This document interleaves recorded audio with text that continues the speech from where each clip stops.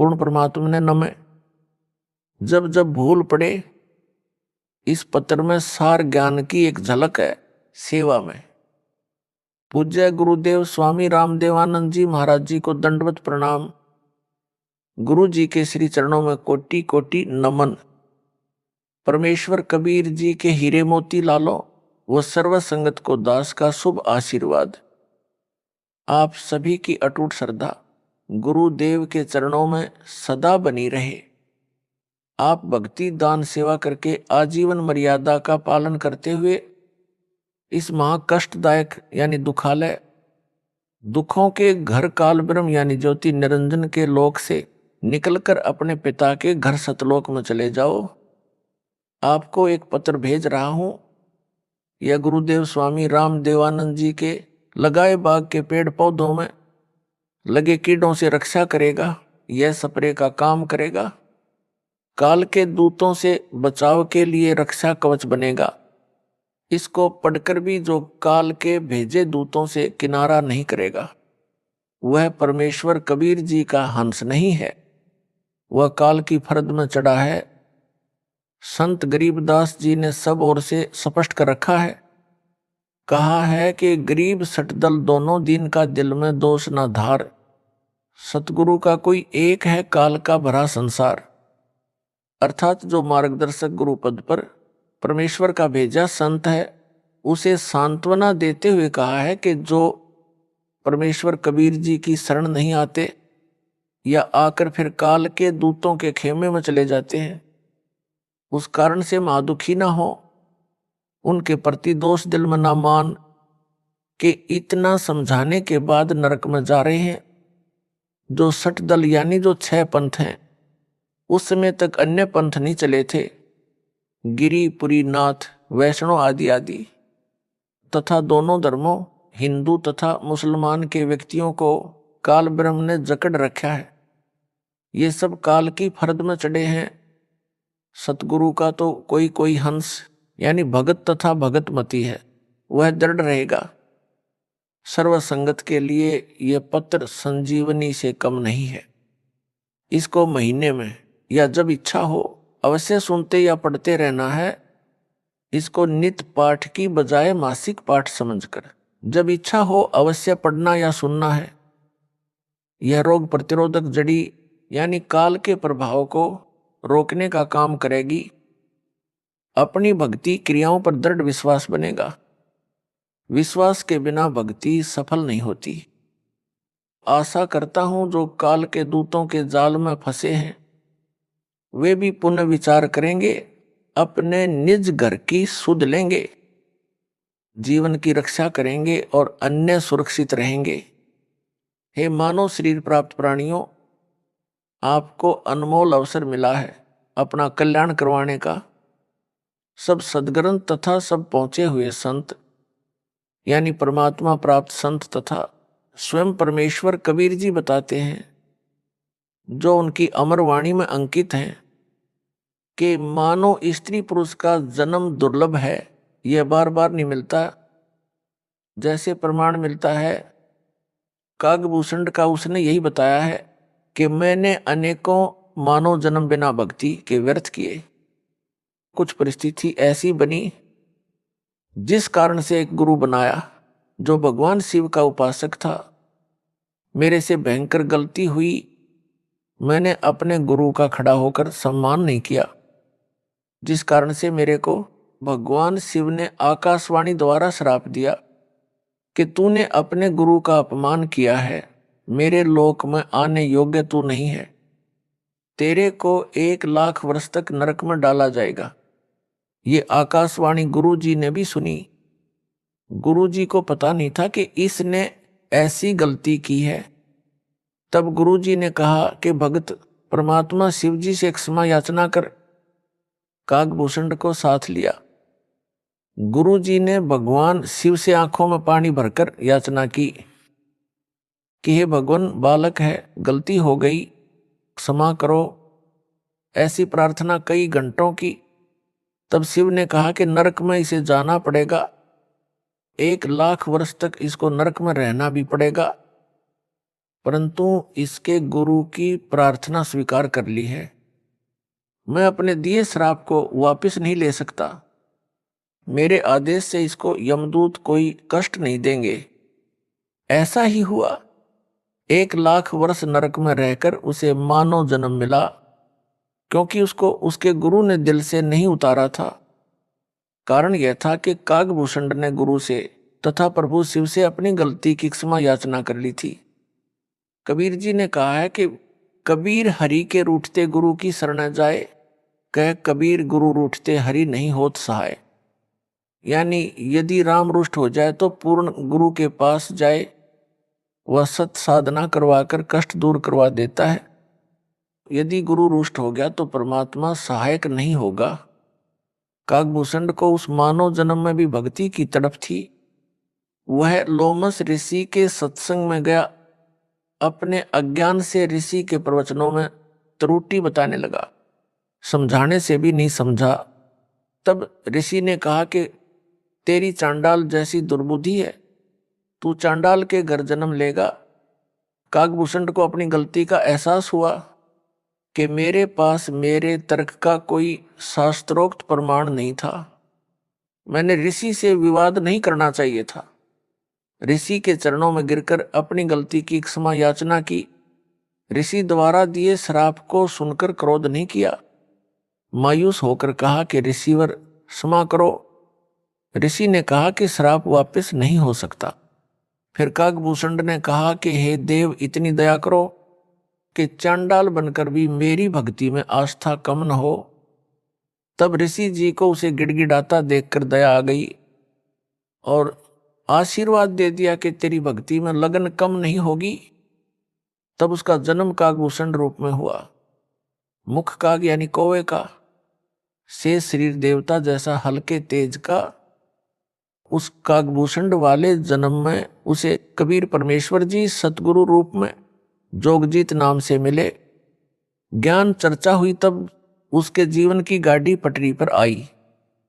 अब वह उस श्रेणी में है जिनको परमेश्वर कबीर जी सतपुरुष अपनी नजर में रखते हैं। उनको जैसे तैसे भक्ति से चार्ज करते रहते हैं।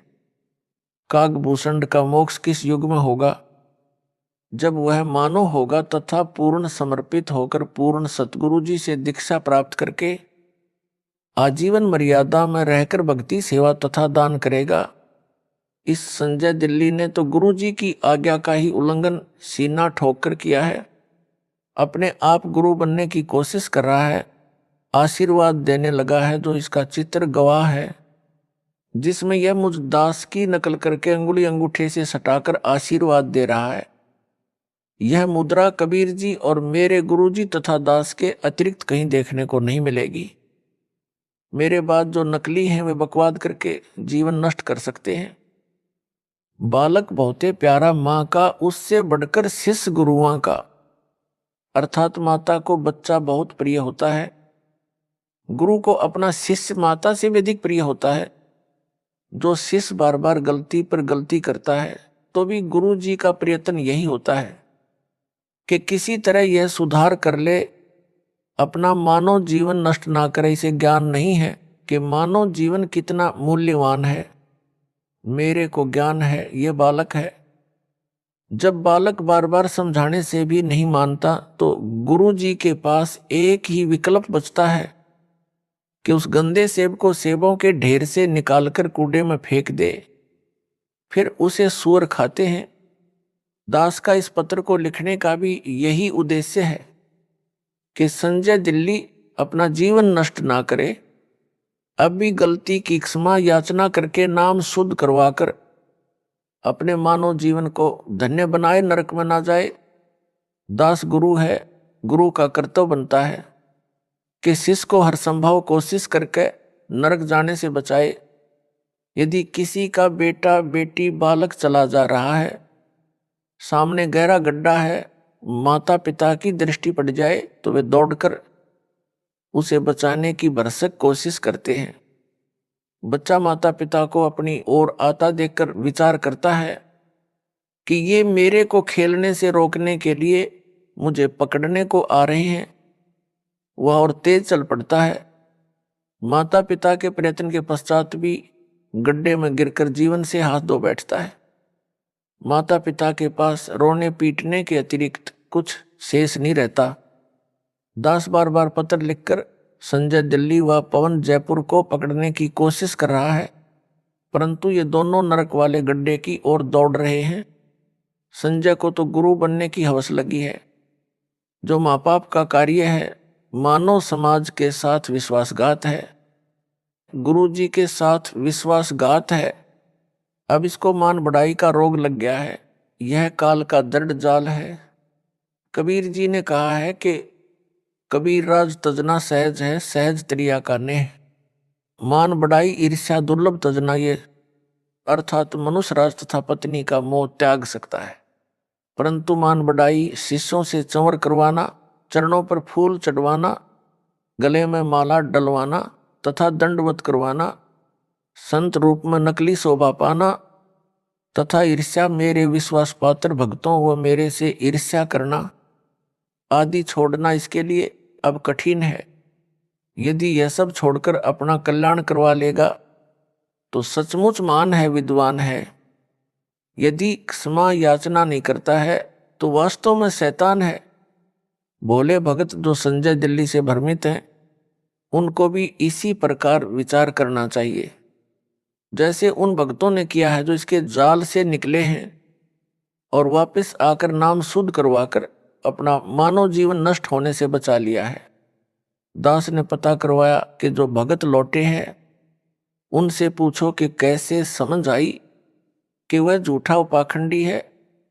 उन्होंने बताया कि संजय दिल्ली कहता था कि मैं गुरु जी का सम्मान करता हूँ। वो तो सही है, परंतु उनका भाई तथा कमेटी वाले गुरु जी से धोखा कर रहे हैं।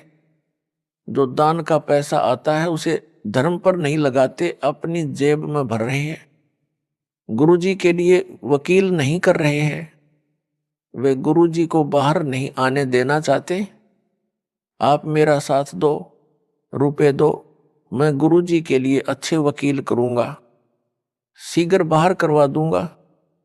हमने उस संजय को बहुत रुपए दिए, परंतु उसने कुछ नहीं किया। गुरुजी हिसार जेल में वह सत्संग करता था मेरठ में और कहता था कि जब तक गुरुजी को बाहर नहीं निकलवा दूंगा तब तक यहाँ मेरठ में हर सप्ताह सत्संग करता रहूंगा। उसकी ऐसी बातें अच्छी तो नहीं लगती थी, परंतु उसकी झूठ बहुत साफ सुथरी थी। हमारी बुद्धि पकड़ नहीं पा रही थी। जब गुरुजी का पत्र आया कि इसे पैसे ना दो, इसने 50 लाख रुपए भक्तों से वकील करने के नाम पर ठग लिए हैं तथा इसको यानी संजय को गुरुद्रोही घोषित कर दिया है। उसने यानी संजय ने कहा कि यह गुरु जी का पत्र नहीं है, उनके भाई ने झूठा पत्र उनके नाम से भेजा है। हमें पत्र में लिखी भाषा गुरु जी के भाई की नहीं लगी, क्योंकि हम आश्रम में जाते थे तो उनका भाई एक कमरे में बैठकर शंका का समाधान किया करता। हमने कई बार उनके पास बैठकर उनका ज्ञान सुना। ज्ञान वही गुरुजी वाला था, परंतु जो प्रवचन की भाषा गुरुजी की है तथा जो पुस्तकें गुरुजी ने लिखी है वह भाषा पत्र की भाषा से पूर्ण रूप से मिलती है, उनके भाई की भाषा से नहीं मिलती। संजय दिल्ली अब स्वयंभू गुरु बनकर आशीर्वाद देने लगा। यह बात हमें खटकी कि हमारा गुरु भाई हमारा गुरु कैसे हो सकता है। इसे नाम देने का अधिकार भी गुरुजी ने नहीं दे रखा।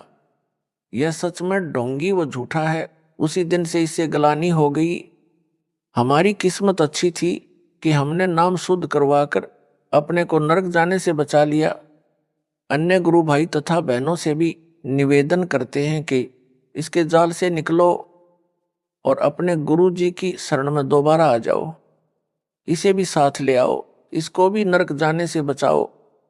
स्वयंभू गुरु बनकर ये 100-200 का जीवन नष्ट करेगा, अपना तो कर ही रहा है। जिन्होंने संजय को आश्रम के लिए जमीन दी है उनसे निवेदन है कि इस जमीन को गुरुजी की आज्ञा लेकर नामदान केंद्र के लिए दे दे, पाप से बचे। उन भक्तों ने यह भी बताया कि संजय ने गुरुजी की आवाज की प्रथम मंत्र की ऑडियो रिकॉर्ड करके रखी हुई है।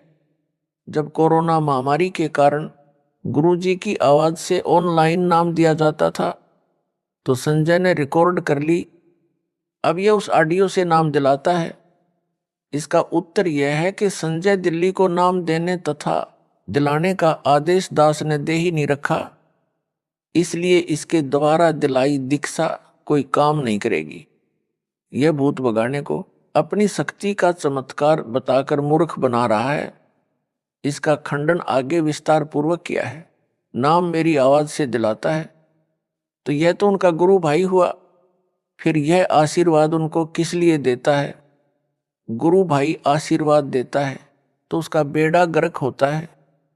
उसने उनका नाम भी खराब कर दिया और अपना भी, इसीलिए तो इसको अज्ञानी कहा है। यदि ज्ञान होता तो यह बकवास ही नहीं करता।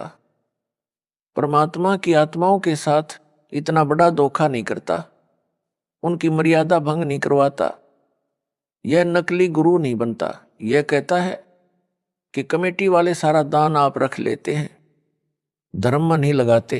हे भगत जनों, यदि इस पापी की इस झूठ को सच्चा माने तो भी वे केवल धन हानि कर रहे हैं। धन तो परमात्मा और दे देगा, लेकिन यह संजय तो उनके मानव जीवन को ही नष्ट कर रहा है। गुरु से दूर करके काल के जाल में फंसा लिए। घर के छोड़ेगा ना घाट के।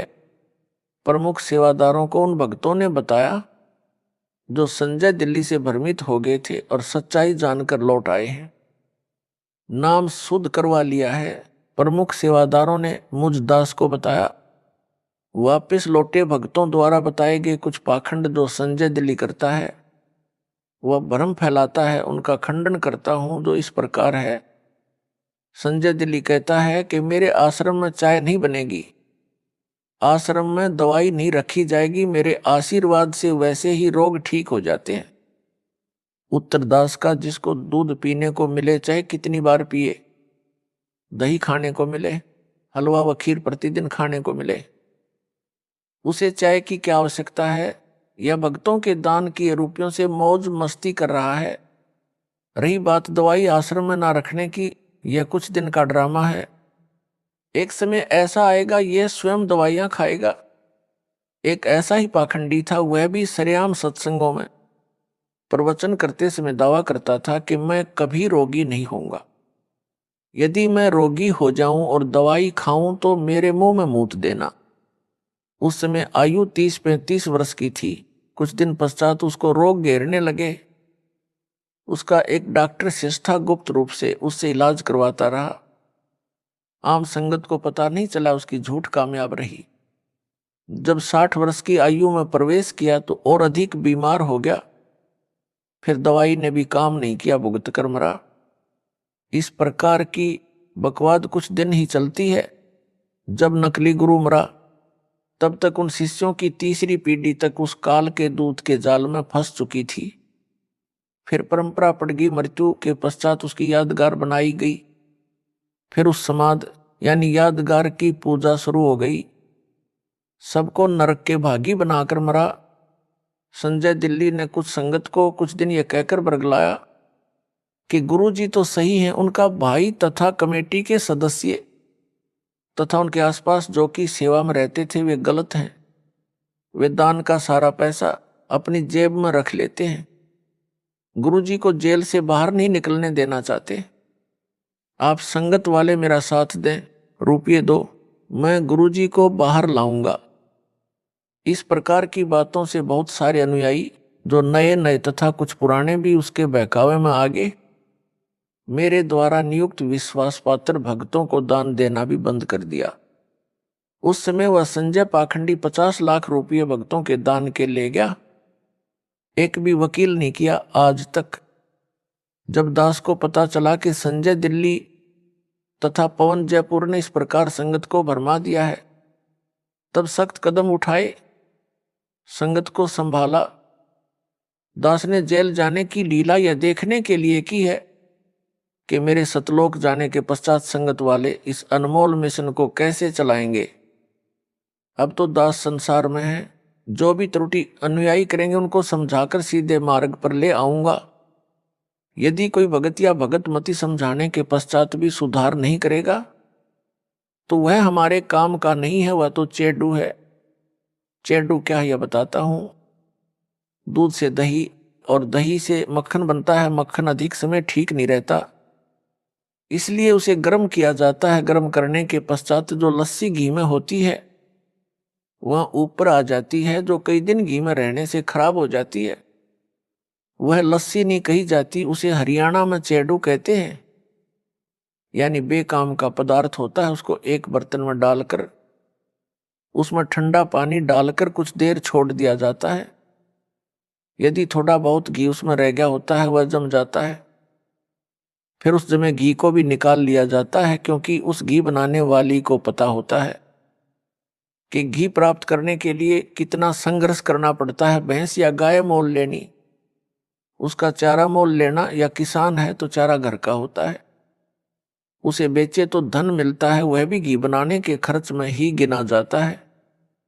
फिर भैंस गाय की देखरेख, दूध निकालना, गर्म करना, दही बनाना, फिर मक्खन बनाना, तब मक्खन को गर्म करके शुद्ध घी तैयार किया जाता है। इसलिए घी बनाने वाली बहन, बेटी या माई घी का कण भी व्यर्थ नहीं जाने देना चाहती। उस चेडू के ठंडा होने पर जरा सा भी घी मिलता है तो उसे भी निकाल कर रख लेती है। उसको शुद्ध घी इतना प्रिय होता, घी का एक कण भी नहीं छोड़ती। फिर उस चेडू फुई को फेंक देती है। इसी प्रकार दास ने सन 1994 से 2014 तक तथा वर्तमान तक सत्संग की वीडियो यानी नूरी शरीर से ज्ञान समझाकर सत्संग पर सत्संग सुनाकर सर्व सदग्रंथों को वीडियो के माध्यम से सबको दिखाकर संगत रूपी मक्खन निकाला है। अब उस मक्खन को ताया गर्म किया है। इसमें जो चेडू होगा वो ऊपर आ जाएगा। वह चेडू तो ऊपर आ चुका है। दास का यह पत्र रूपी ठंडा पानी है। यदि कोई कण यानी अच्छी आत्मा उस चेडू में होगी उसे निकाल लूंगा, क्योंकि दास को शुद्ध घी यानी भगत आत्माएं जान से भी प्यारी हैं।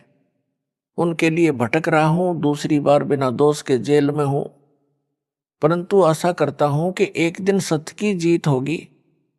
परमेश्वर कबीर जी से कुछ नहीं छिपा है। मुझे चाहे कितना कष्ट मिले, परमात्मा की आत्माएं काल के जाल से निकले, अपना कल्याण करवाकर अपने निज घर सतलोक में चली जाएं। दास आपको मासुखी देखना चाहता है, मुझे अपने कष्ट की कोई परवाह नहीं है, परंतु जो मन में बांस उपजा है इससे डर लग रहा है। गरीबदास जी ने कहा है कि संगत माही कुसंगत उपजा, जैसे वन में बांस। आप घिस घिस आग लगाया करें वनखंड का भी नाश, अर्थात जैसे वन में अन्य फलदार व कीमती लकड़ी वाले पेड़ों के साथ साथ बांस भी उग जाता है। तेज हवा चलने पर बांस एक दूसरे के साथ टकराते हैं। उस घर्षण से जंगल में आग लग जाती है, जिससे पूरे जंगल के फलदार पेड़ भी जलकर नष्ट हो जाते हैं। यह संजय साकट तथा पौन जयपुर वही कुसंगत उपजी है। कुछ संगत के भगत भी इनके साथ लगे थे। जब दास को पता चला कि संजय व पौन नाम के दो जालिम संगत में आग लगा रहे हैं, तब सब संगत को आदेश दिया कि इनका साथ छोड़ दो। जिन भक्तों को मैंने जिम्मेदारी दे रखी है उनकी बातें मानो। दान के सब पैसों का हिसाब दास के पास आता है, एक पैसा भी गलत प्रयोग नहीं हो रहा। कमेटी वालों ने सब हिसाब बनाकर संगत के पुराने भक्तों को दिखाया। इतना रुपया आज तक दान में मिला है, इतना वकीलों व भक्तों के घर सहायता तौर पर दिया गया है। संगत बहुत समझदार है, वह तुरंत मान गई और दास ने संजय दिल्ली तथा पवन जयपुर को गुरुद्रोही घोषित कर दिया। फिर तो सब संगत उनसे किनारा कर गई। कुछ भोले नए भगत थे, वे अभी तक इस जालिम संजय की बातों में फंसे हैं। उनको सतर्क करने के लिए यह पत्र भेजा है। आशा करता हूं कि बुद्धिमान भगत भगतमती इस पत्र को पढ़कर इसकी असलियत से परिचित होकर इससे दूर हो जाएंगे, नाम शुद्ध करवाकर अपना मानव जीवन धन्य बनाएंगे। संजय साकट दिल्ली के खेमे को छोड़कर आए भक्तों ने जो और जानकारी दी थी उसका खंडन आगे और करता हूं। संजय दिल्ली अपने को श्री सिख गुरु नानक देव जी की आत्मा बताता है। यह सफेद झूठ है। यदि वह श्री नानक जी वाली आत्मा है तो इससे सिद्ध हुआ कि श्री नानक जी का मोक्ष नहीं हुआ है। वह जन्म मरण के चक्कर में पड़ी है, जो वर्तमान में संजय रूप में जन्मी है। मोक्ष प्राप्त प्राणी वह है जो कभी लौटकर संसार में कभी जन्म न ले। श्री नानक जी को स्वयं सतपुरुष कबीर साहिब कबीर देव बेई नदी पर स्नान के समय मिले थे, सतलोक लेकर गए थे, फिर पृथ्वी पर उसी शरीर में छोड़ा था कि कबीर धानक यानी जुलाहा सतपुरुष है, करतार यानी सबका सृजनहार यानी उत्पत्ति करता है। यदि श्री नानक जी परमात्मा से दीक्षा लेकर पार नहीं हुए तो क्या यह गुरुद्रोही बनकर पार हो जाएगा? कभी नहीं। संजय दिल्ली अपने को श्री नानक देव यानी सिख धर्म प्रवर्तक वाली आत्मा बताता है और इसको मूल ज्ञान गुप्त ज्ञान है। तो मेरे पास टिंडे लेने आया था, पहले ही अपना पंथ चला लेता। कोई झूठ बकना इसका मकसद है। भोले भक्तों को भ्रमित करके गुरु स्वयं ही बना है। प्रेत योनि में जाएगा। जो परमात्मा कबीर जी ने अध्यात्म ज्ञान श्री नानक जी को बताया था वह सिखों के गुरु ग्रंथ साहिब में अंकित है। वही ज्ञान दास बता रहा है। श्री नानक वाली आत्मा इससे भिन्न ज्ञान कौन सा बताएगी? इससे भिन्न जो भी ज्ञान है वह अज्ञान है, काल के दूत की पहचान। जिस समय जोगजीत रूप में आए परमेश्वर कबीर जी से काल ज्योति निरंजन ने विवाद किया था, तब काल ने कहा था कि आप एक सच्चा कबीर पंथ चलाओगे, उससे पहले मैं 12 पंथ चलाऊंगा, 12 अपने यानी काल दूत भेजूंगा, जो सत्संग में तो तेरी वाणी यानी साखियों शब्दों चौपाइयों आदि बोलेंगे, परंतु उनका अर्थ गलत बनाकर सारी जनता को गुमराह करेंगे। उन 12 पंथों के पश्चात और अनेकों पंथ अपने दूत भेजकर चलाऊंगा, सब जीवों को भरमाऊंगा। उन काल के चलाए पंथों के गुरुजन वर्तमान तक कबीर जी की वाणियों का गलत अर्थ करके जनता को भ्रमित कर रहे हैं। संजय दिल्ली भी यही कर रहा है। सत्संग व वाणी तो मेरे सत्संगों की चलाता है, ऑडियो व वीडियो दोनों स्वरूप यानी फोटो भी मेरा वो कबीर परमेश्वर का रखता है, परंतु अपने अज्ञान से मेरे तत्व ज्ञान को अज्ञान बनाकर भ्रमित करता है। सफाई देता है कि यदि मैं काल का दूत होता, जैसा रामपाल ने मुझे काल का दूत बताया है, तो क्या मैं उनके सत्संग की वाणी सुनता या आश्रम में वाणी चलाता? संजय दिल्ली जिस प्रकार मेरे द्वारा बताए तत्व ज्ञान का अनर्थ करके बताता है, सामान्य भोला भगत भ्रमित हो जाता है। उदाहरण यह कहता है कि पेड़ की जड़ को रामपाल ने पूर्ण ब्रह्म बताया है। जड़ पूर्ण ब्रह्म नहीं हो सकती, उसे पोषक तत्व मिट्टी से मिलता है। पूर्ण ब्रह्म को किसी के सहारे की आवश्यकता नहीं है, जड़ को मिट्टी का सहारा लेना पड़ता है। इसका उत्तर जैसे विद्यालय में अध्यापक विद्यार्थियों को समझाते हैं कि दिन रात कैसे बनते हैं, उसके लिए एक तेल से जगने वाला दीपक एक मेज पर रखा जाता है तथा एक ग्लोब फुटबॉल के आकार का एक स्टैंड पर लटकाया जाता है। अध्यापक कहता है कि बच्चों, दीपक को सूर्य मानो, ग्लोब को पृथ्वी मानो। पृथ्वी घूमती है, तब जो भाग सूर्य के सामने आता जाता है वहां दिन होता है, जो भाग सूर्य के सामने नहीं होता वहां रात होती है। इस संजय जैसा मूर्ख विद्यार्थी तर्क दे कि दीपक सूरज नहीं हो सकता। दीपक को जगने के लिए तेल का सहारा लेना पड़ा, माचिस का सहारा लेना पड़ता है। सूर्य को किसी के सहारे की आवश्यकता नहीं। क्या वह विद्यार्थी बुद्धिमान हो सकता है? क्या वे उसके साथी जो उसके ऐसे तर्कों को सुनकर उसकी बातों तर्कों को सही मानते हैं वे बुद्धिमान हो सकते हैं? दोनों मूर्ख हैं। यह तो एक उदाहरण है। ऐसा तर्क देना ही मूर्खता का परिचय देता है। ऐसे ही गीता अध्याय 15 के श्लोक नंबर 1, 4 तथा 16, 17 में वृक्ष का उदाहरण देकर सृष्टि की व समर्थ परमेश्वर तथा सब देवताओं की स्थिति समझाई है। पाठकों इसका खंडन इसी पत्र में विस्तार पूर्वक आगे भी किया है, कृपया वहां पढ़े। आपको पता चलेगा यह कितना विद्वान है और कितनी बकवास बकता है। भक्तों को विचार करना चाहिए कि जब गुरु जी ने गुरुद्रोही घोषित कर दिया तो वह कुछ भी सफाई देता रहे, नहीं मानना चाहिए। यदि वह सच्चा सुच्चा होता तो दास उसे क्यों दिल से उतारता, क्यों उसे गुरुद्रोही घोषित करता